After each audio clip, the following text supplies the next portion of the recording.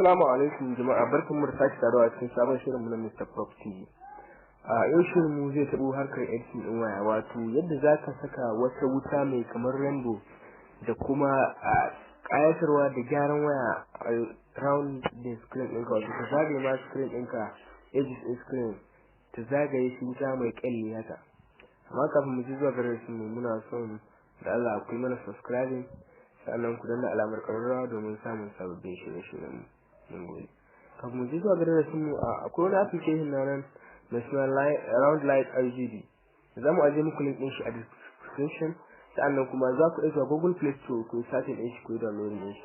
Mu da yake mu riga mu yi download ɗin abin mu za mu je zuwa ga mu sai mu taɓa kan application ɗin.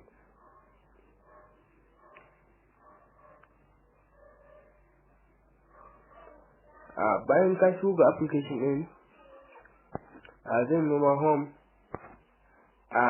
abin da za ka yi sai ka danna ga wasu abin nan sai ka danna enable overlay other app, sai ka bada permission. Bayan ka danna permission ga shi ya nuna ma cewa Round Light RGB is running. Sai mu je ga home, ga wani abu nan, sai mu je kusa da home ɗin akwai wasu abubuwa ba a ƙasa, sai mu taɓa na kusa da home ɗin nan da tsaka. Bayan mun taɓa na ƙasa sai ka zaɓi kalar theme inda kake so ka yi amfani da shi, theme template kenan. Mu muna son mu yi amfani da default kenan, default 1 kuma ga wanda muka haɗa tun baya, amma mu za mu je default 1.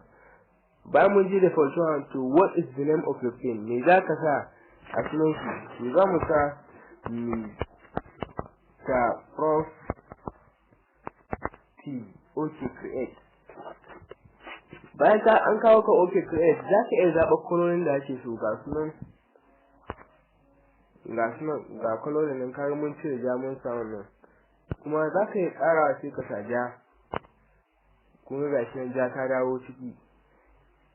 Kuma za ka iya cire blue ka sa fari, to kun gani mun sa shi ga shi ma yana yawo. Sa'annan za ka iya canza kalar style ɗin, kun gani ga yadda nan wannan rawo, kuma za mu iya sa na love, za mu iya sa wannan na ice, za mu iya sa za mu iya sa plus, za mu iya sa wuta da ganye da drop da dai sauransu, ga sunan kala-kala. Amma mu za mu yi amfani da na farko, ga shi nan kun ga yadda yake yi. To sai ka jawo ƙasa, bayan ka jawo ƙasa sai ka gashi nan bora settings, wato animation speed, sai ka danna animation speed, sai ka ƙara mai gudu. To mu kun ga mun kai shi gudun ƙarshe gaba ɗaya. Bora size, wato girman bora, kun gani gashi nan mun girman dai, amma mun tsaya da shi girma kamar haka.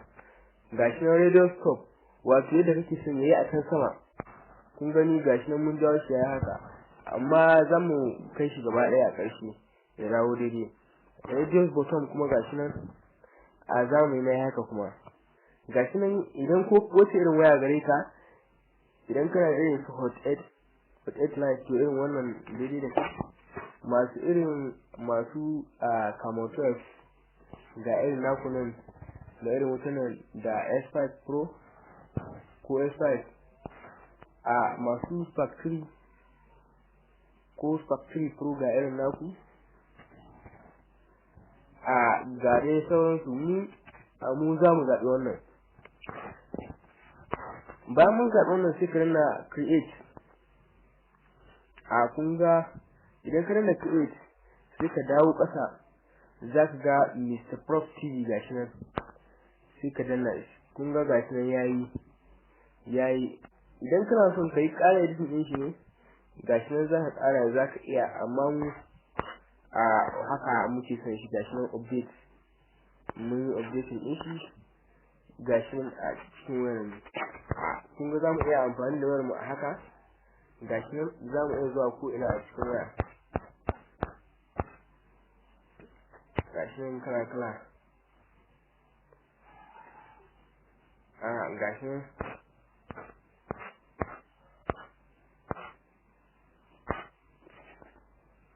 kun ga mun fito, gashi nan dai har yanzu a yau wannan darasin namu ya kawo ƙarshe. Muna roƙon da idan wannan bidiyon ka ji daɗin wannan bidiyon kai mana liking sannan kai sharing domin wasu su ƙaru. Mun gode. Kar ku manta ku yi subscribing Mr. Prof TV domin samun real tech videos wato bidiyoyin kimiyyar fasaha akan waya da kuma internet.